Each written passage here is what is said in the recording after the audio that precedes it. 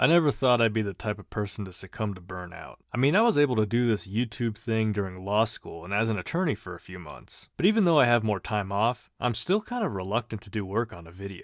Maybe you guys can relate. Maybe you have some long-term goal that you've been working on, or at least something you want to consistently be doing. But for whatever reason, it's hard to stay committed and you feel exhausted just thinking about the whole thing. Well, in this video, I want to get to the bottom of what burnout is and what I'm trying to do to overcome it. Firstly, for burnout to occur, there must be an activity that we are burnt out doing. I'm assuming for someone who's lazy and just being a couch potato, they don't necessarily burn out doing that. In my case, my activity is this YouTube channel. I used to upload weekly videos on philosophy, but now I barely force myself to put out one video a month. This activity that we do, it doesn't necessarily have to be a chore either. Sure, your activity might involve studying or work or exercise, but it could also be something you're genuinely passionate about, like me in philosophy. I will say, I probably survived getting burnt out earlier because I'm passionate about my activity. So I can only imagine how much harder it is for people who do an activity they don't feel much passion for. Now, the activity is just one ingredient of a burnout.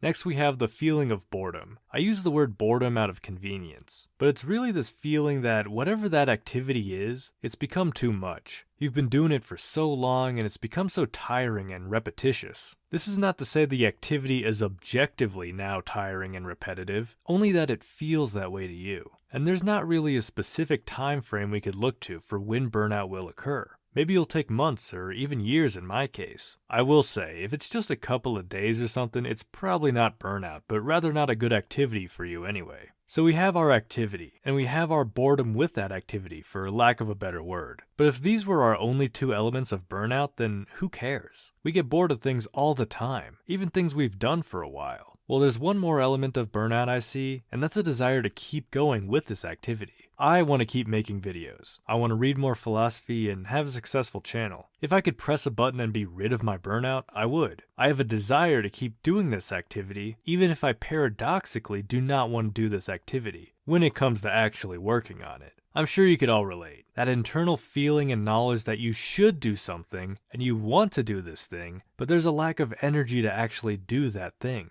So those are our three elements of burnout: the activity, the boredom, and the internal desire to continue that activity. There are some other issues circling around my specific instance of burnout that I don't think are universal, but I'll nonetheless mention. Firstly, things just aren't super good emotionally in other areas of my life, and that's probably affected my motivation. Secondly, I've been occupied by other productive activities that I desire to keep doing, mainly my comic. So if general emotional problems or other competing activities are also coinciding with your burnout, then I totally get it. Now for the solution, which is kind of weird to give since I'm technically still in my burnout, but I'm going to try to 1, embrace it, and 2, take baby steps back in. As for embracing the burnout, I think pretending you aren't going through something is only going to hinder your progress out of this rut. You gotta recognize that you fell into quicksand before desperately struggling to get out of it. Give yourself a break. Recognize that you're going through something, and this is not just laziness, but exhaustion.